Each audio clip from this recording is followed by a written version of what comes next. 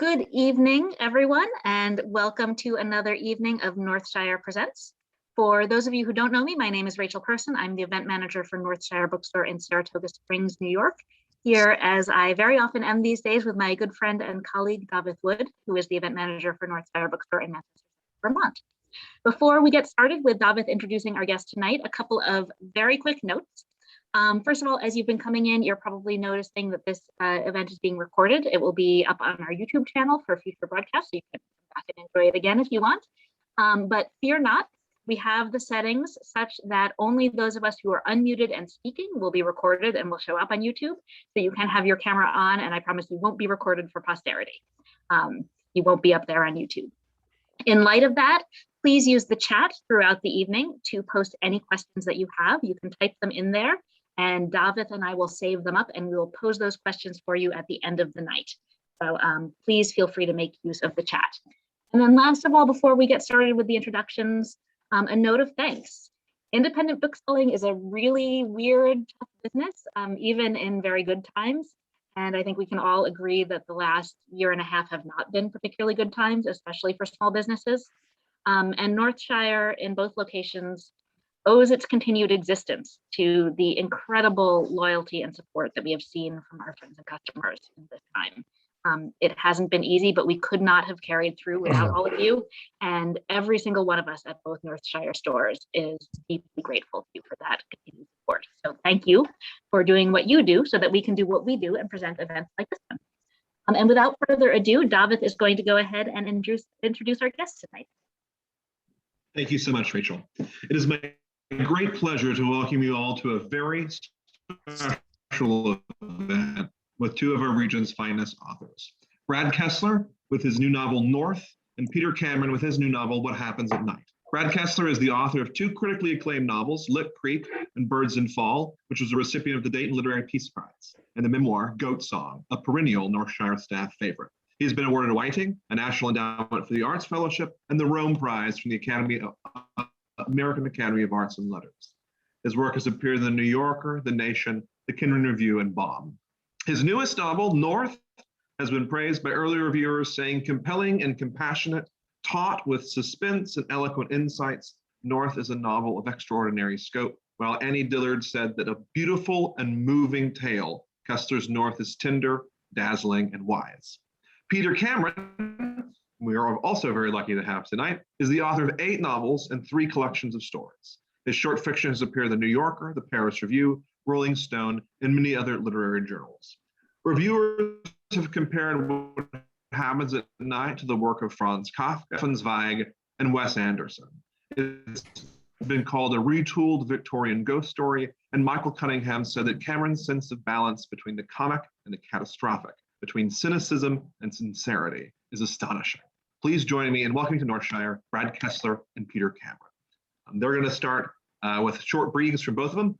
Brad, why don't you start us off? Sure. Thank you, Duff, and thank you, Rachel, and thank all the little faces in the squares for showing up, and to Peter for sharing this event with me. I'm going to just read a very quick passage from this book, North.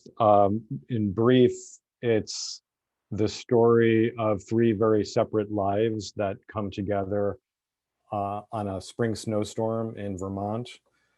One is the character who's an abbot of a monastery named Christopher, and the other character is the groundskeeper at the monastery, who his name is Teddy, and he's an Afghan war vet, a Vermonter. And the third one is a young woman from Somalia who is trying to seek asylum in the United States, and her asylum has been denied, and she's on her way to Canada as a last hope for a home. So I'm just going to read a short passage that takes place about in the middle of the book. It's from Christopher. Christopher is the monk, and he's in Rome, and it's just I'm just going to read. One evening in late November, Christopher watched a cloud of starlings over the Aventine. The birds had been in the city for weeks, but he hadn't noticed their habits before. The starlings arrived in fall from the surrounding countryside to roost in the city at night. And that evening on the Aventine, he stood in the orangery and watched with dozens of others the flocks begin their crepuscular flights. One by one, the birds lifted into the twilight. Then a massive wave rose into the sky. The murmuration moved like liquid, fluid, unconfined, forming in dark creases and folds above the city, a shape that kept shifting, as if erasing any idea of fixity or permanence, their collective body becoming one. Everyone around Christopher watched, commented in many languages, staring into the sky over the Tiber as if at a Son et Lumiere show. Then the birds gathered above in a darkening pool and dropped into their orange trees and pines, encasing branches in cloaks of iridescent and creaking beaks, a million miniature umbrellas flapping open and closed. The noise was so great, Christopher couldn't hear his neighbor speak. A small man in a cream-colored tunic and a thatch of wiry black hair, a monk. Then a white rain began to fall around them, a rain of starling shit. People screamed, pulled jackets overhead. There was no escaping the baptism. The sky seemed to be squirting milk. People ran in one direction or another. Christopher and the monk, for some reason, were laughing deliriously, wiping crap off their sleeves. Then they were sprinting out of the orangery and up the road, the small monk shouting the whole time, "Hurry, hurry," a look of uncontained glee on his face.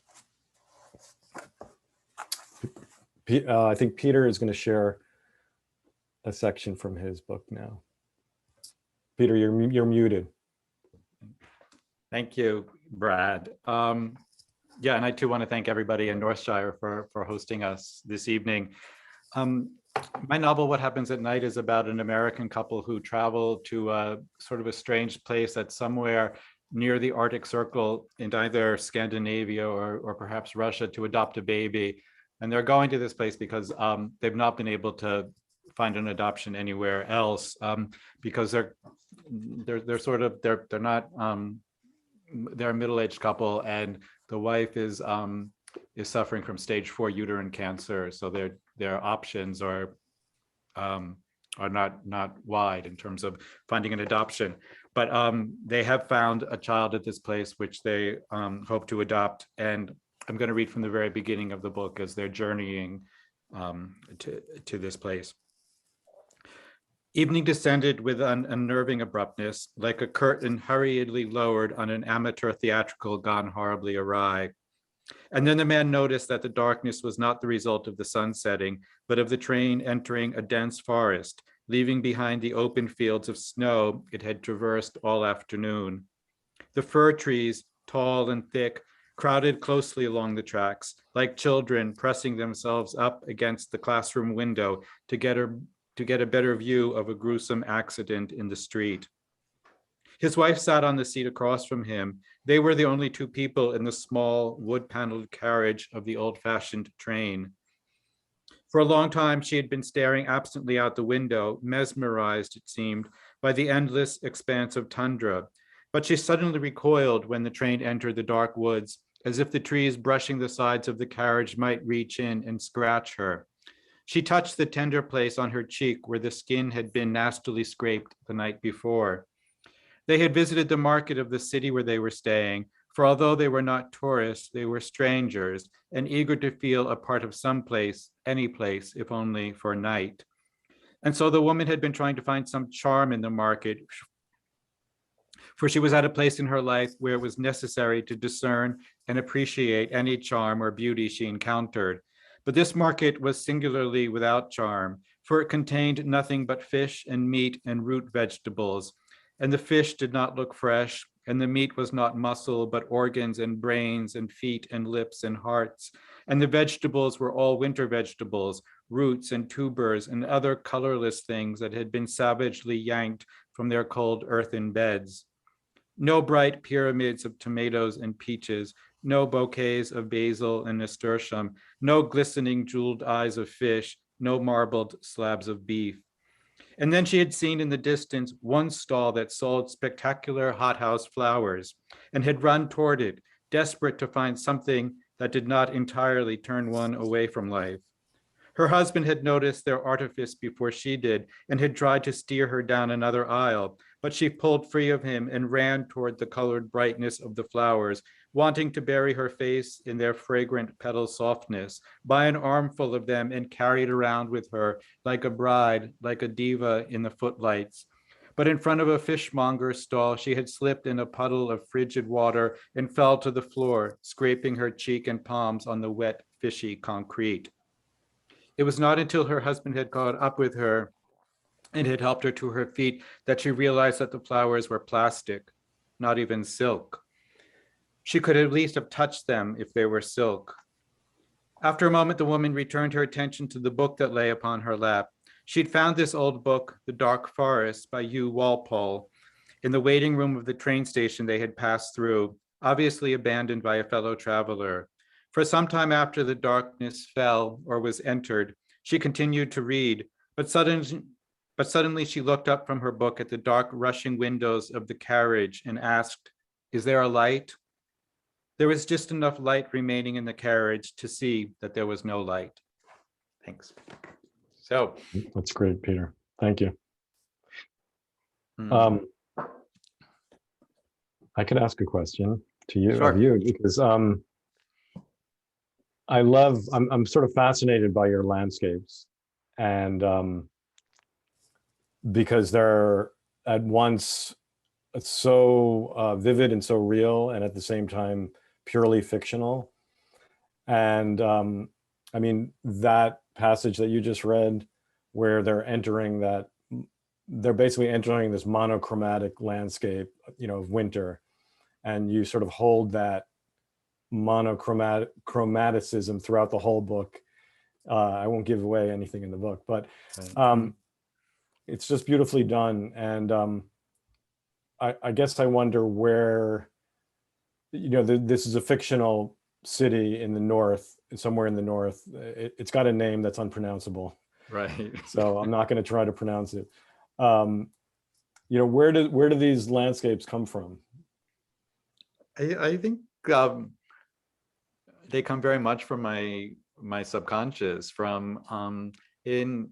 It's odd because I either tend to write books about places I've never been and totally invent the world and the landscape, or write books that are set in New York City, which is a place I know very well. And in those books set in New York City, I want them to be very accurate in terms of, I hate in movies, when people turn off Fifth Avenue and suddenly they're on 8th Avenue or something, So I want the landscape of those books to be very real, whereas the landscape for me in a book like this, I'm not going for verisimilitude. I'm going for more of an atmosphere and a feeling. And I guess that's why I tend to make it places that I don't know and the reader doesn't know, because then it can be an invention rather than a replication. Right.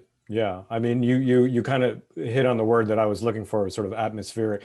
It's like, rather than a sense of place, you have this sense of atmosphere, with real things, though at the same time, it's a very tactile world.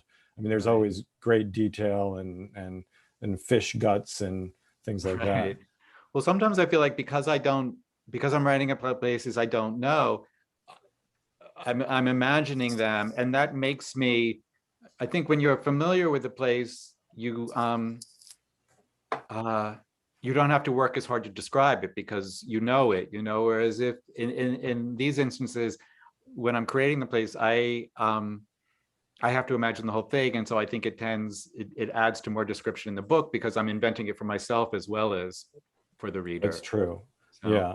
And but it's interesting to me, Brad, because because in your book, you write about places like Vermont that I know very well, and then you write about places like Somalia and Central America, which I don't think you know well, but your whole book has a feeling of authenticity of place. And I wonder how you reconcile those two things about writing about places you know very well and recreating, and then also writing about places you don't know and creating a real place, Right. Yeah. Well, it's interesting. I'll address the latter part of the question, which is, I think one thing that I share with your work, and it's in this book. I'm anecdotally, I got a message from a Vermonter, someone I know, a friend who's a writer, who said, "Where in Vermont is that taking place? I mean, I can't quite picture. Is it the Northeast Kingdom?" And I said, it's a fictional Vermont. I mean, and so this is kind of a backwards way of answering your question. In that, yes, well, I know this Vermont really well, and I've lived here for, almost I don't know, a couple of decades, at least. Whenever I'm writing a novel, I always have to kind of carve a little space out that is not real. So it doesn't, not taking place in a real town or the Northeast Kingdom or Southwestern Vermont, or and when I wrote Birds in Fall, it was the same idea. It's like it was about an actual event, a plane crash that happened off Peggy's Cove in Nova Scotia, which I went to visit. I spent time there.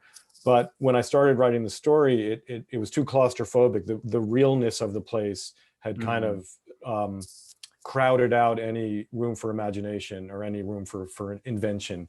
So I had to set it on this imaginary island, Traches Island.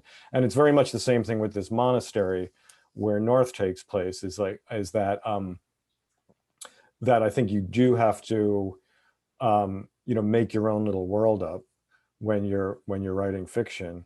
And so in the second part of your question about Somalia and Central America, I mean, that's much harder to achieve.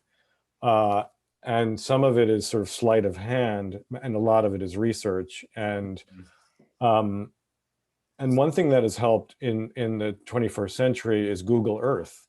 Right. I mean, you can literally drop down into a corner in Addis Ababa, or well, not necessarily in Mogadishu, because hasn't been deemed safe enough by Google Earth to send their Google trucks out into the streets. But that helps.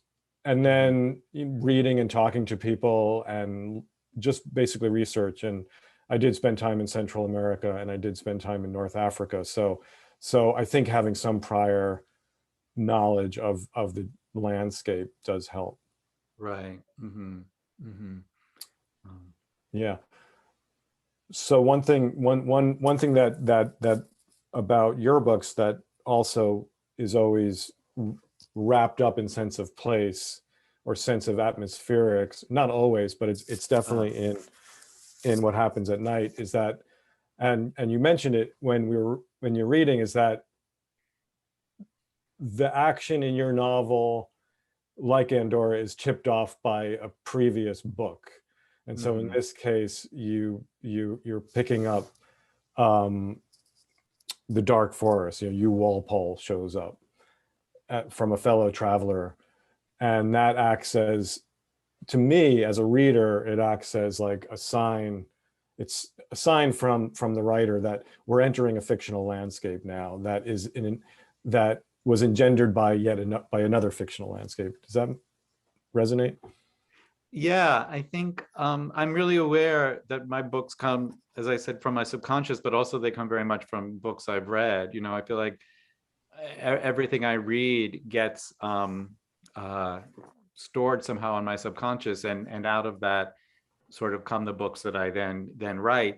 And so I take great delight in sort of acknowledging that process, and that the books have a history and are part of a continuum, I guess. And one thing I do to sort of acknowledge that in a sly way is I usually use epigrams, epigraphs in my books that are from the books that I feel the book has arisen from, or it's been influenced by. And so in this case, there's a quote from Jane Bowles, who's a writer I like very much, but whose book, Two Serious Ladies, I felt there's something strange about the world in that book. It's not quite our world, but yet it seems realistic.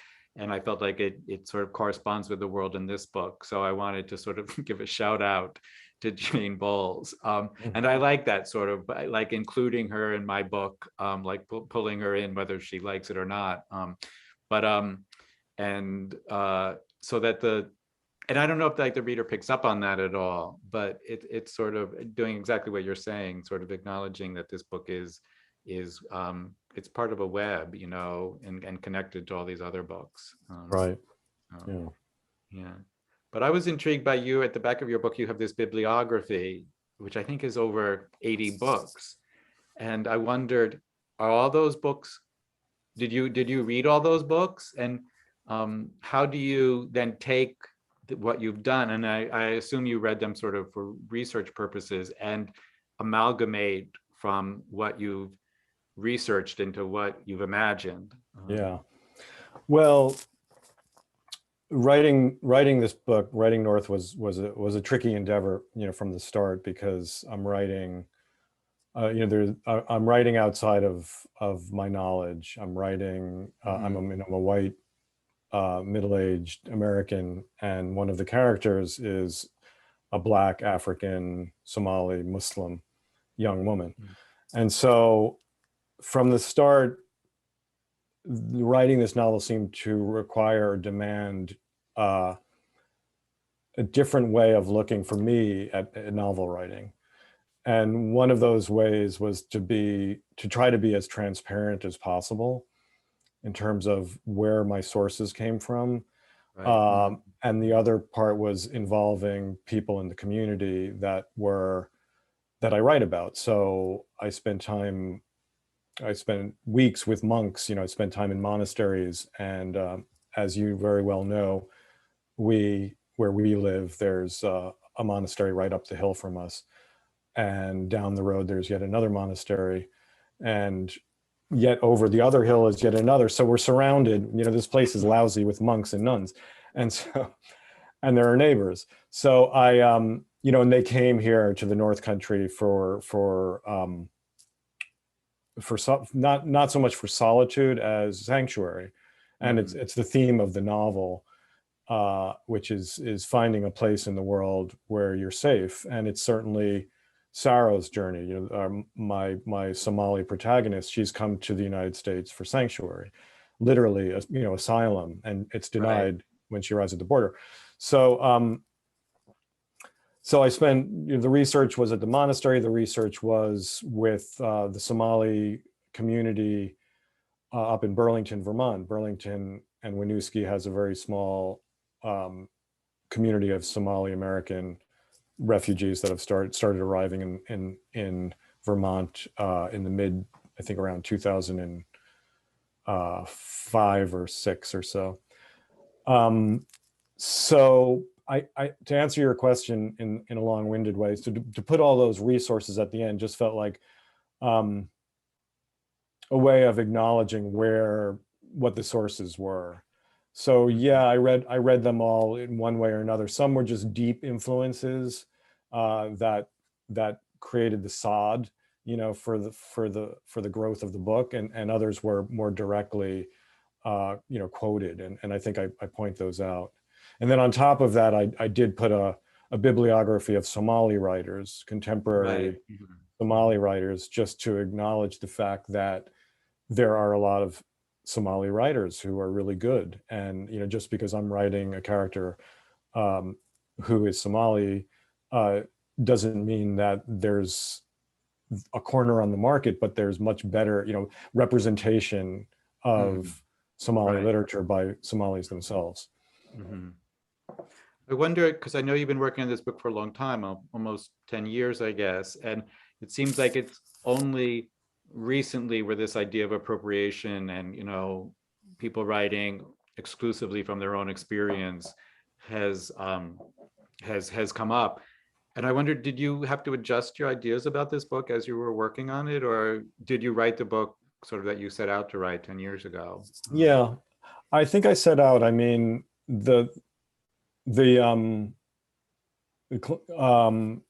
appropriate, you know, issues around appropriation and white people taking from people of color is nothing new. And while it's come up, I think, in the publishing world fairly recently, in academia, it's been talked about for decades. And since I teach out in Los Angeles, it's something that I've just, you know, sort of grown up with knowing. And and yet, I mean, it did reach a different pitch, you know, a different public pitch, especially in the Right. publishing world.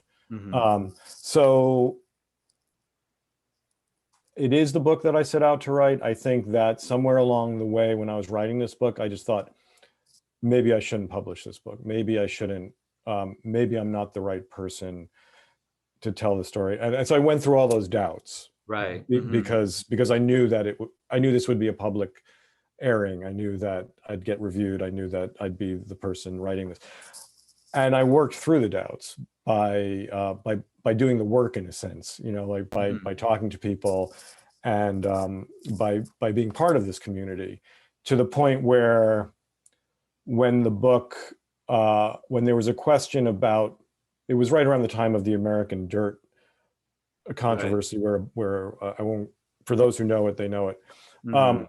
But there was a question of, well, do I really want to publish this book? And I was working with the U.S. Committee of Refugees and Immigrants in Colchester, Vermont, and working with one man in particular, Abdi Rashid Hussein, who's a caseworker for them. And he had been helping me all along with, you know, Sarah's journey and talking me through how immigrants actually end up at the Mexican border, immigrants from East Africa, how they end up there. And, you know, and he said, so you're not going to write this book because somebody wrote another book that wasn't well liked or that got a lot of attention. And at that point I realized, you know, it wasn't just mine anymore. You know, he was like, you have to tell the story because nobody tells our story. And it wasn't like I'm the only one who could tell that story. It's just like that plenty of people could tell that story, but you're telling part of it, and you need to do that. So that gave me, you know, some backbone, I think, and encouragement. Yeah. Yeah. And I feel like you're equally invested in all these characters, in all three of your protagonists. I don't, they all seem equally real to me. They all seem equally engaged in the book.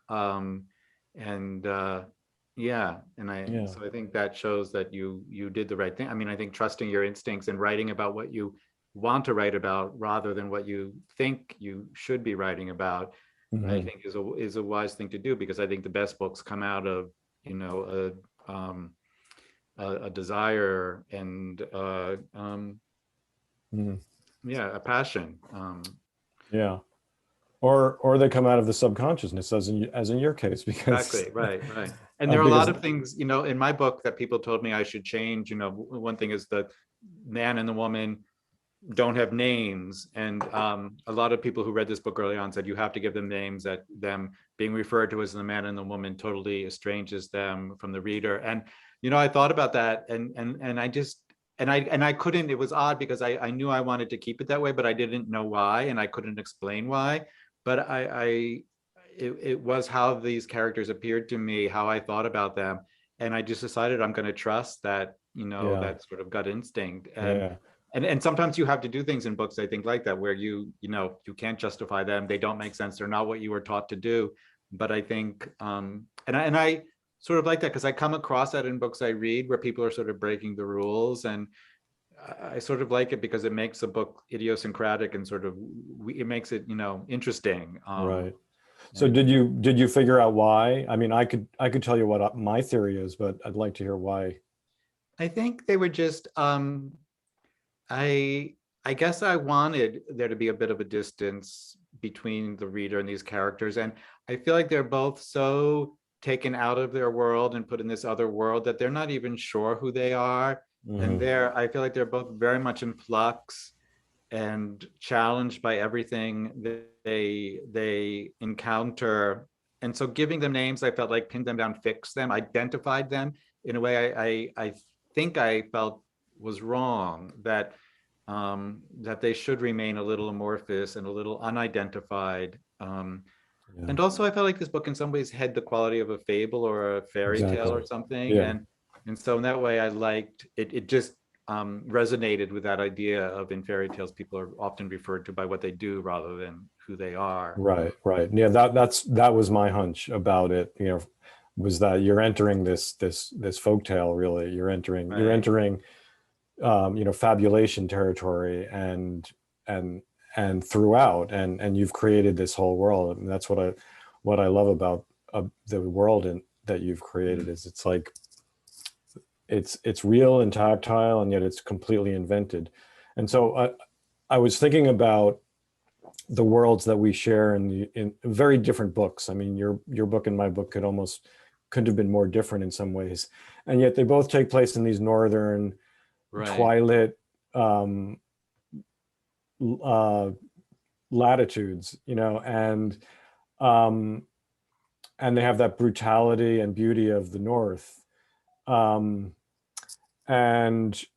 the other thing that I suggest in my book, through the course of Sarah telling stories and Christopher living in the story of his monastic livelihood and the story of the Psalms and the passion that monks live by, is the idea of storytelling itself, the idea of living inside of a story.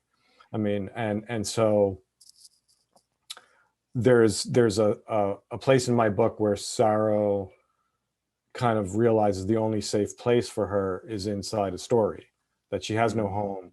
But when she starts to read, and when she's a reader, the only safe place is inside the pages of a book.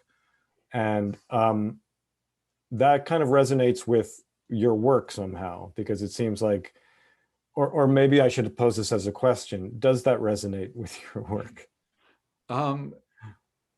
Yeah, I mean, I feel very much that same sort of way, or that feeling of escaping into books, both when I'm reading them and writing them. And that's sort of why I do tend to write about places I don't know, because I feel like I know my own life and I live in my own life every day. And it's sort of nice, for me at least, to get out of my life, out of my world, my known world, and into a world that's different. And that's the same way I feel when I read books. I mean, I love reading novels because you get this free ride, you know, this free ticket to another world, and all these other people and all these other places. And it's a great way to get outside of yourself.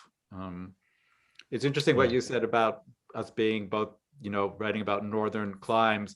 I don't think I would have believed, I would have been skeptical about the snowstorm that appears in the first chapter of your book in May. But after living here in Vermont for a few years now, I totally understand that snow happens in Vermont in May, which seems terribly wrong. But it's beautiful because you have it all. You have the snow and you have the blossoms at the same time. Yes, but I always feel like the snow is going to kill the blossoms, and we've waited so long for the blossoms that it's heartrending when that May snow comes, and it sends us right back, it seems like, to the depths of winter, although we're not really. It's just but it doesn't last long. I mean, that's the beauty of it. To me, Oh, you'll get used to it, Peter. Okay, good. Spend another decade in Vermont, or anywhere in the North Country. Can you talk, Brad, a little bit about, I'm always, in your books, music seems to play a part, both sort of in the text and informing the text, I guess, in a way. And I wonder if you could talk a little bit about your relationship with music, and how do you listen to music while you write? Are you thinking about, are you scoring your books in some way? Thanks for the question. It's a good one. No, I don't listen to music. I don't even listen to music in the house. I mean, I like live music, and I play the guitar. I mean, I love music. And we used to sing. Don and I used to sing in the Bat and Kill Chorale, and we used to sing. So music, and I always think of literature as basically a form of music, you know, with words, you know, sentences and syntax and all those, and the novel as an outgrowth of the epic poem, and the epic poem as being something that was sung. So the musical basis of literature is never far from my mind. And so that's why, you know, I love, for instance, you know, your sentences, because there's something really musical about them. And so that's why, to me, you know, words and syntax and sentence rhythm and alliteration and all those stylistic things are really important to me, because it is a form of music. But specifically in each book, I'm not so much scoring it as I do think of sort of a length. And so in a sense, they are like, I do feel like they're scores, and each novel that I've written has had a piece of music as, for me, the inspiration for the book. So like you have, your Jane Bowles, in saying, acknowledging what the medium is that your book is growing out of. So for me, I mean, I could tell you, Birds and Fall, it's something that I bring into the book itself, which was Richard Strauss's Metamorphosen, the Metamorphosis, which is a study for 23 solo strings.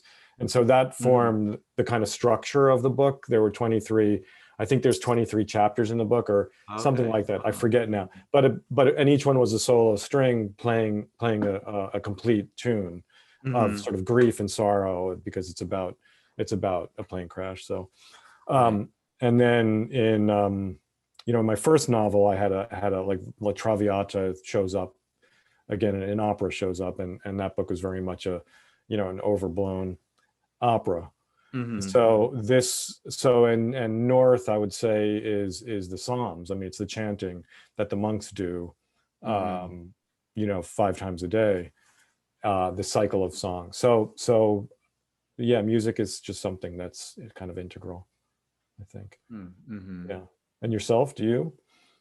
I don't. You seem more like painting is your métier. Yeah. Yeah, I don't see a connection. I mean, I think it's because in some ways I feel very thwarted by music, because I always wanted to be able to sing, and I can't sing. I have I don't, as my second grade music teacher said, I don't cope with the pitch very well. And I had to ask my mother what she meant by that, because I didn't understand. My mother said something about, it means you sing badly or off key or something. And I was sort of devastated, because, when you hear yourself sing, it sounds good, but then you realize it doesn't sound good to other people. So I was always, and so I sing alone, I sing when I'm by myself. But I don't, in some ways, I think other books and painting and theater too. I think a lot about theater when I'm writing, because I love theater, and I love that theater only happens, it happens, it occurs, and it's live, and and that's sort of how I want my books to be. I want them to seem like they're occurring in the moment. And so theater is really important to me, but music, and especially music with words, I guess because I'm so attuned to language, if there's music with lyrics being played, I can't not be listening to the words. And it intrigues me that some people can like totally tune it out, but I'm not able to do that. So I'm the same way with, especially when you're creating. I mean, the other thing that I love about your work is the food. I mean, food is always, I mean, you have in What Happens One Night, there's a whole menu, there's I can't pronounce the name of the Grand Hotel, the Borgar Grand Imperial Hotel. Their whole menus here with the hors d'oeuvres and the consommé Olga and the cream of barley. And you're always feeding your characters. I mean, the characters are always eating or drinking. And when as a reader, I really appreciate that, because I sort of judge, or I used to, maybe not so much anymore, judge novels by if the author feeds their character. And so, like, Jane Austen will not, or just say, oh, they had lunch, whereas like, a Flaubert or Richard Wright, it's like they're feeding them. There's things to eat all the time. It's very specific what they're eating. I've just been listening to one of my favorite books. There's a audiobook of it, but it's James Salter's Light Years. And it's such a central book. I mean, he's such a central writer, but he does exactly what you're talking about. Every time they stop to eat something, it's described in great and luscious detail. I mean, their whole lives, the sensual world of their lives is all so present in that book. And that's why I love his books in particular is because he pays so much attention to the central world of his characters, and so it's really this very transporting experience to read them. I should tell you that that menu that's in my book, at some point I had described in the book the lobby of the hotel as the man comes down early in the morning and nobody's there, and it looks sort of like he thinks it looks like a ballroom in an ocean liner that's been sunk, that's at the bottom of the ocean. And so I had done a little thinking about that, and I was doing some research about the Titanic, and I came across this menu, which was the menu that was served in the first class dining room the last night of the Titanic. And so that's the menu that's being served in the hotel that evening. And I sort of like that there was this equivalency between those two places. Yes.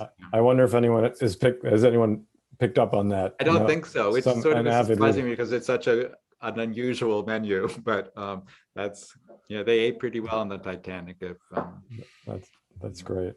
So how are we for time? Are we ready for questions? Or sure thing. Please, audience, if you have any questions for Peter or Brad, type them into the chat. But I wanted to kick things off with a question for both of you, and that's, can you talk a little bit, besides the setting, of course, how Vermont has an impact on your work? Peter, you want to take that? Yeah, I feel like I would say it doesn't have much of an impact on my work because I do tend to write about places where I'm not. And so at least I would say that consciously it doesn't. And I would say subconsciously, I mean, I've spent a lot of time here over the last 5 years, and I know it's the landscape and the light and the weather and all those qualities have definitely entered my psyche. And so this book is very dark, both literally and figuratively. And I think that I'm very aware, especially where I live now, as where Brad lives, it's very dark at night. I don't see any lights from any houses, and you're very aware of that sometimes that overwhelming darkness. And that's something, you never feel in the city. It's never dark. It's never truly dark in the city. So I would say if Vermont has added something to my writing, it's that the sense of darkness and of cold. And it's odd because when I think of myself being here in Vermont, I think more about the summertime when it's so beautiful and so green and so lush and so light. But I guess those things, they didn't come forth in this book. Maybe the next one will be a lovely green happy book. You write a green happy book? Yeah, maybe.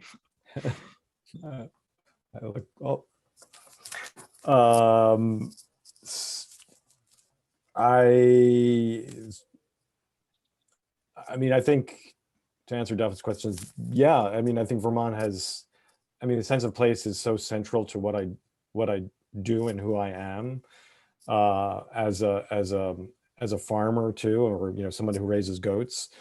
That would not have happened if we didn't live where we live. We were lucky enough to find this acreage and decided to grow our own food, and so all of it feels like an outgrowth of this place. I mean, the writing is fed by the landscape, and in North it's it's literal. It's a book that takes place in Vermont and involves the 3 communities that we're surrounded by, or that touch upon us. The Vermonters, monks, and this small Somali community up north. And I write about that, and I write about in the book the orchard. When we bought this house in '98, it was a sort of rundown, ramshackle farmhouse that was on the market for years, and it came with an abandoned orchard of northern spy apples. I'd never heard I didn't know what a northern spy was. So that's a theme that figures throughout the book, because the northern spy legendarily is named after an abolitionist activist who would go around killing Southern slave catchers who had come north to catch black people, whether they were former slaves or just, like 12 years a slave, Simon Northrop over in Salem. So this area where we live it's embedded in its history, this idea of sanctuary. I mean, the Underground Railroad. I mean, I see Sue Clary there in my thing. Hi, Sue. So, Sue is in Salem, New York, and she's the mayor, I think. She's the mayor of Salem. I think she's the mayor. And she, Salem's a place that how it was part of the Underground Railroad, where, the houses there. So that's a theme, of course, that runs through the book, and the Northern Spy, and people, basically settlers or white people helping African descendants find sanctuary. And it's sort of a continuation till this day. So it's a long way of saying that Vermont, in this place where we live, which is right on the border of, the Hudson Valley and right on the border of New York State, was part of that Underground Railroad, and something that. Right. Very interesting. There's a note from Sue in the chat just saying thank you to both of you for sharing your experiences leading to these books, and that Northern Spy apples make the best apple pies. Yeah, they do. And they keep long too. They're long keepers, but you have to eat them after a frost, right? They taste better. They're sweeter after a frost. So I have a question for both of you. I know that both of you have been residents at Yaddo for retreats. For those who don't know, Yaddo is the amazing writer's retreat here in Saratoga. And I wondered what that sense of a writer's retreat has meant for your work over time. Well, actually, Yaddo plays a very instrumental role in this book. It's actually leaving Yaddo, but I was at Yaddo maybe more than 15 years ago in January, and it was it's really nice to be at Yaddo in January because you're not worried about going anywhere, so you can just enjoy the snow. It just keeps snowing and snowing and accumulating, and everybody else, it presents problems for, but for you at Yaddo, it's just lovely because it's such a beautiful place. But anyway, I was there for a couple of weeks, and then I was going back to the city, and I was taking the train down along the Hudson, which is such a beautiful train ride. And that's when I got the idea for this book. And I don't know, it's a very strange thing, but it came to me, this idea of this couple sitting in a railway carriage by themselves and traveling through a similar landscape. It was snowing out, and I was looking out over the frozen Hudson, and it was just sort of this image and this couple that I had no idea who they were or where they were going, but it's sort of out of that, thinking about that. And my books often come to me through an initial image like that then I sort of try and parse and to do some detective work, or sort of imaginary detective work, to try and figure out what it is, what that image is, sort of. And I forget what I was working on that January at Yaddo, but I'm sure that having spent those weeks at Yaddo in that sort of creative state, of a heightened creative state, allowed me, to have that vision.